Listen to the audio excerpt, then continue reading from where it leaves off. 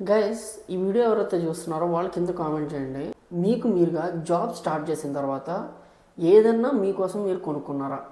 అంటే for example, మీకు మీరుగా ఎంజాయ్ చేయాలని చెప్పేసి ఒకరోజు, మీకు మీరుగా ఈ వస్తువు నా దగ్గర ఉండాలని చెప్పేసి ఇష్టంగా, మీకు మీరుగా ఒక రెస్టారెంట్లో నాకు తినాలని చెప్పేసి ఒక్కళ్ళుగా చేయడము, ఇలా ఎప్పుడైనా చేశారా?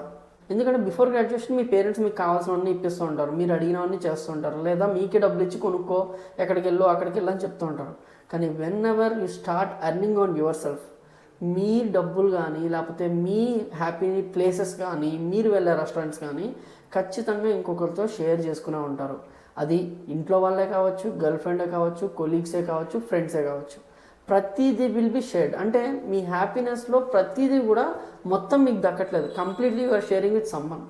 అందుకనే ఈ వీడియో ద్వారా నేను చెప్పాలనుకుంది ఏంటంటే, if you want to live for your సెల్ఫ్, ఎప్పుడైనా కూడా మీకు కుదిరితే మీరు కావాలనుకున్నది మీకు ఇష్టంగా శాలరీ పడంగానే మీరు చేయండి. దాన్ని మీకు మంత్లో స్టార్టింగ్లో శాలరీ పడింది, మీరు ఇష్టంగా సినిమాకో, మీరు ఇష్టంగా తినడానికో, మీరు ఇష్టంగా రెస్టారెంట్కో, ఒక ట్రిప్కో వెళ్ళాలనుకుంటే దయచేసి దానికి వెళ్ళండి. ఎందుకంటే గోయింగ్ ఫార్వర్డ్ మీరు రిగ్రెట్ అవుతారు, నేను చేయాలనుకుంది ఏది చేయలేదే అని చెప్పేసి. అది మీకు 35s 40sలో అర్థం అవుతుంది అనమాట, ఇది చేస్తుంటే బాగుండని చెప్పేసి.